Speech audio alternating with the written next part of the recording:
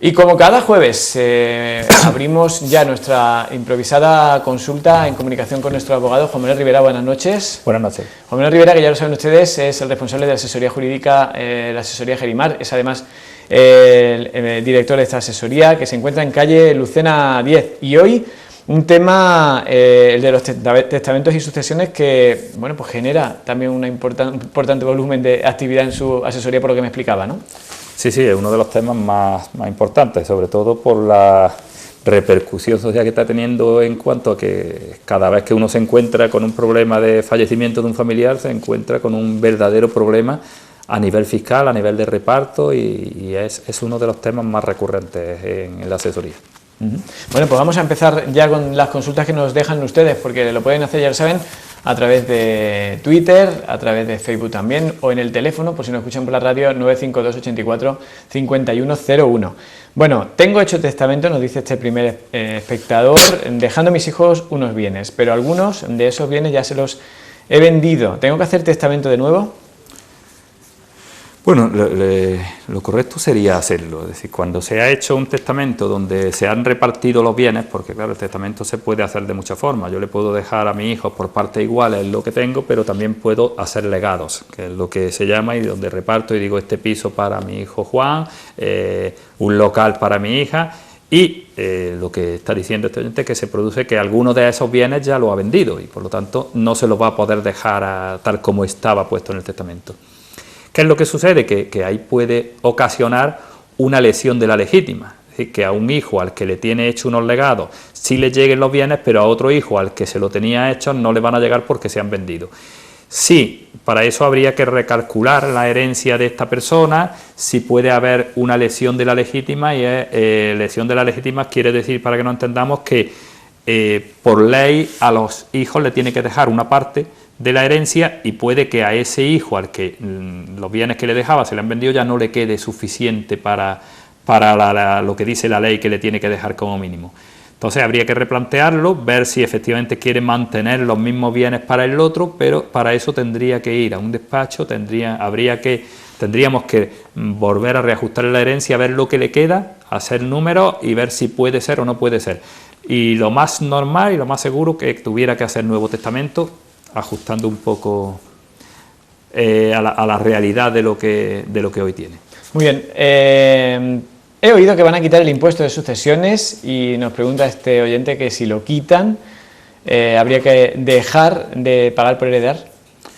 Bueno, este oyente ha escuchado campanas, pero no van a quitar el impuesto de sucesiones. El impuesto de sucesiones es un impuesto estatal, no es un impuesto, porque el problema que tenemos aquí con el impuesto de sucesiones y lo que siempre se critica es a nivel de Andalucía. Efectivamente, el impuesto de sucesiones a nivel de Andalucía es de los más caros que hay. En Andalucía es donde más se paga.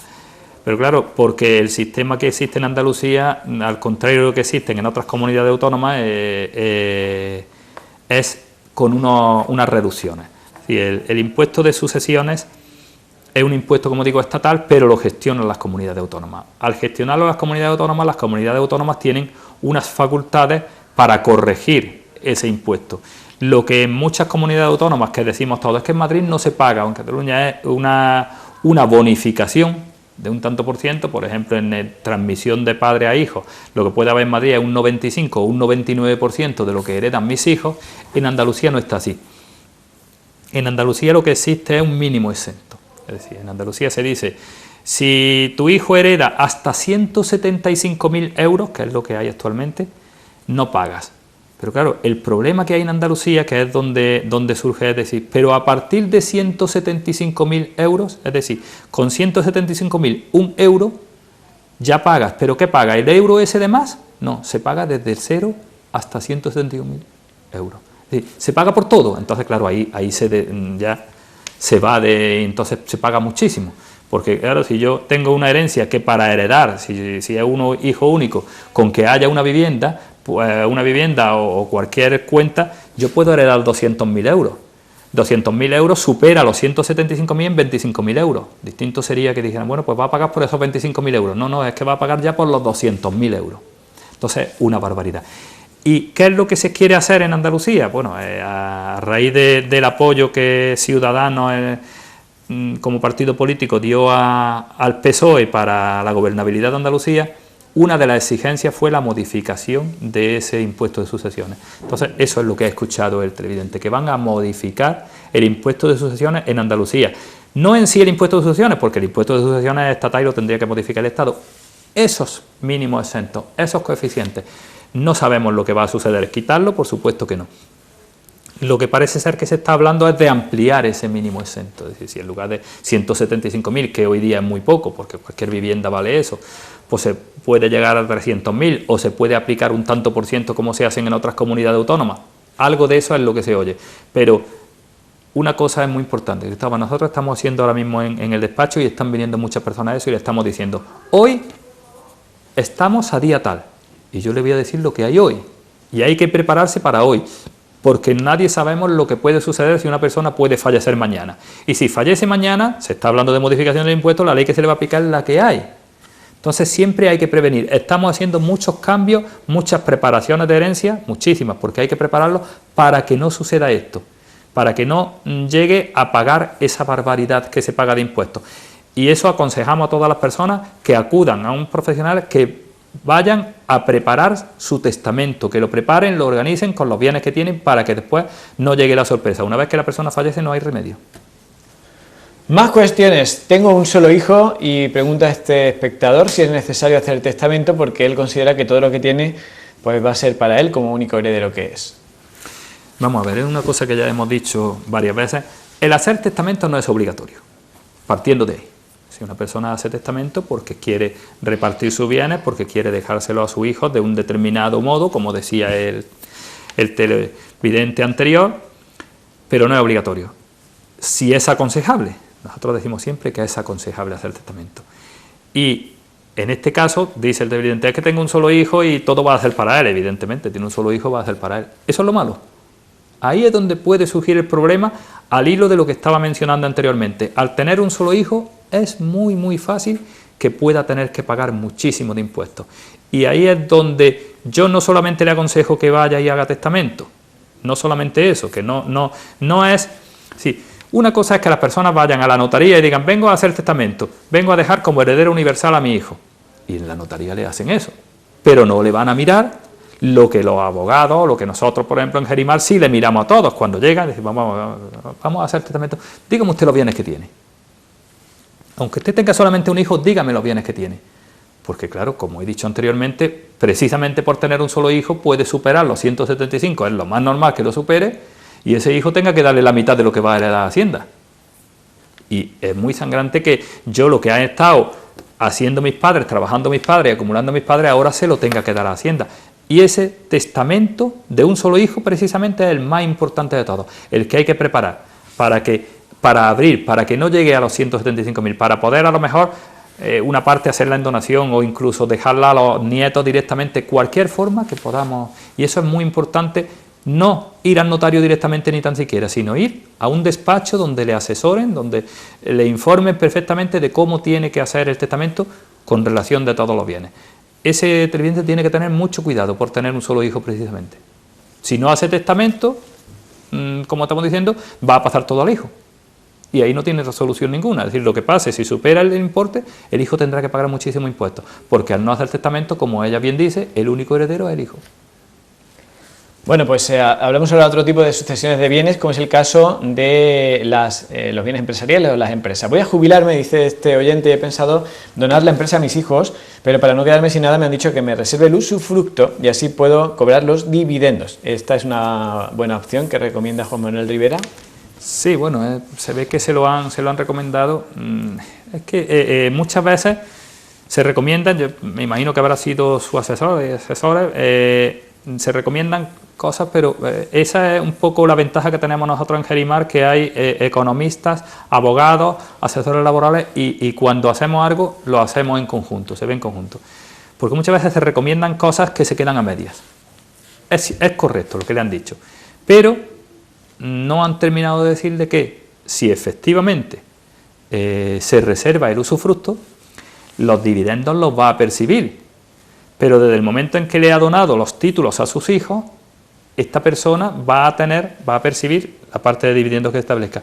pero no se da cuenta de que al donarle a sus hijos las acciones o las participaciones ya no tiene voz ni voto en la empresa.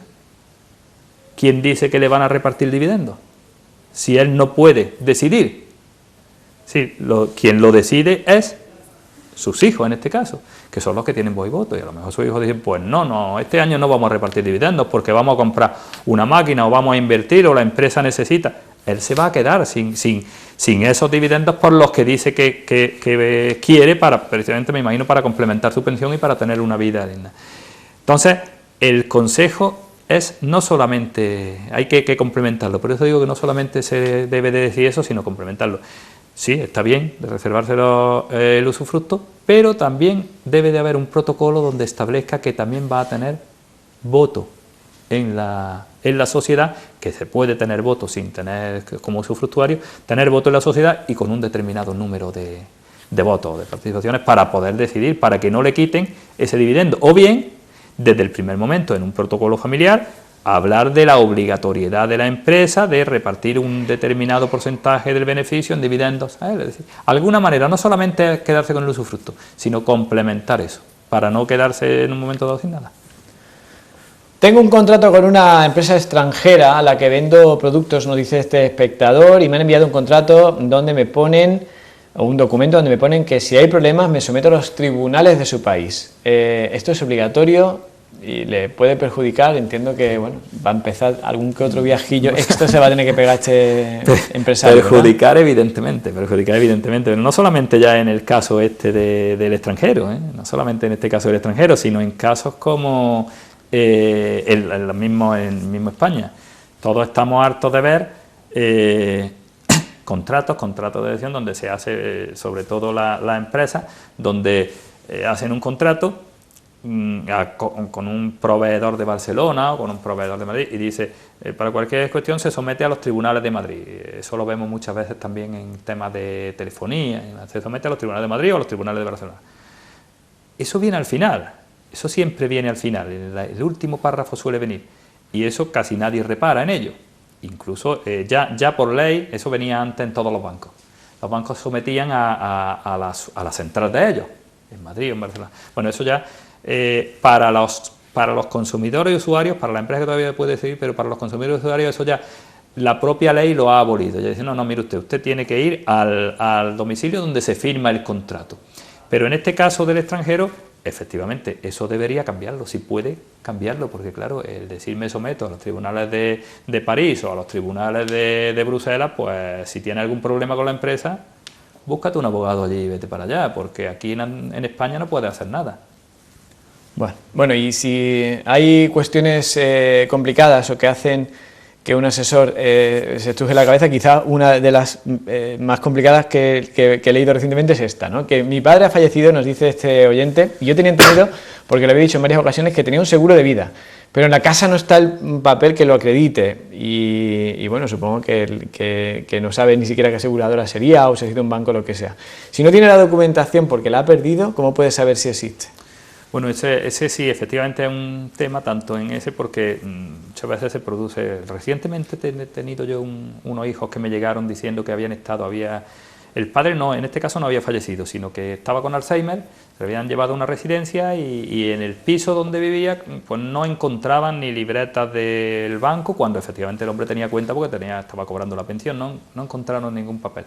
Quizá porque este hombre al tener Alzheimer se lo hubiera dejado por ahí o lo hubiera perdido. Y en el caso del fallecimiento es igual. Si no se encuentran, bueno, pues normalmente no preocupa mucho eso. A mí no me preocupa, igual que cuando una persona pierde la escritura es muy importante, las personas mayores, la escritura de sus casas las tienen como oro en paño y la escritura no se les vaya a perder. Y yo les digo siempre, si a mí la escritura no me preocupa, si a mí me preocupa más un documento privado que la escritura, porque la escritura si está registrada está en registros públicos, un documento privado no está en ningún registro público, pues con el seguro de vida sucede igual. Hoy existe en el Ministerio de Justicia un registro, igual que cuando se pide registro de última voluntad, de registro de penales, pues existe un registro de seguros de vida. Entonces, esta persona debe acudir al Ministerio de Justicia, y eso además por internet se puede ver, hay una página específica para eso, y acudir a la Dirección General de Seguros de Vida, y allí le envían un certificado, igual que cuando se envía, cuando están, en eso sí estamos habituados, pedir los testamentos, pues allí le envían un certificado indicándole qué seguro de vida tenía su padre y dónde tiene el seguro de vida, con lo cual puede acudir ya a la determinada agencia o compañía de seguro donde lo tenga, que no se preocupe, que no es problema. Si no había, pues le comunicarán, le mandarán un certificado diciendo que este señor no tenía seguro de vida. Bueno, pues ya están tranquilos, pero vamos, que cuando haya registros públicos no se preocupen. Bueno, qué importante es tener un buen asesor, es quizá una de las principales conclusiones a las que hemos llegado hoy con las diferentes preguntas. El caso de todos los usuarios del servicio de asesoría Gerimar en calle Lucena 10, teléfono 840404, que siempre lo decimos, que es un número muy fácil de recordar y en donde estoy convencido de que pueden extender las consultas relativas a estos asuntos y a otros que quieran plantear, pues sin ningún tipo de problema. Juan Manuel Rivera, director de asesoría Gerimar y responsable de su departamento jurídico, gracias por habernos acompañado. Muchas gracias a vosotros. Y nosotros seguimos con más cosas aquí en Las Cuatro Esquinas, no se vayan.